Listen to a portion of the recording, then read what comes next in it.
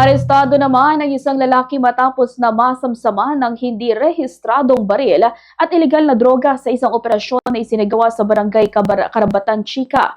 Sa nakuhang impormasyon ng Bombo Radyo Kawayan, ang naaresto ay si alias J. Mark, 34 years old, na lalaki na residente ng barangay Rizal de Quirino. Nakuha sa pag-iingat ng suspect ang isang unit ng pistol, 4 na live ammunition para sa caliber 32 na baril, backpack, itim na backpack, Android phone, 2 lighter, gunting, leather bag, wallet, rolled aluminum foil, IDs at motorsiklo. Nakuha rin sa kanya ang maliit na pakete na naglalaman ng shabu. Batay kay alias J. Mark, ang baril ay binigay lamang sa kanya ng kaibigan para sana ipaayos dahil ito ay sira. Subalit agad na nakarating sa pulisya ang aktibidad ng suspect at pag-iingat nito ng baril.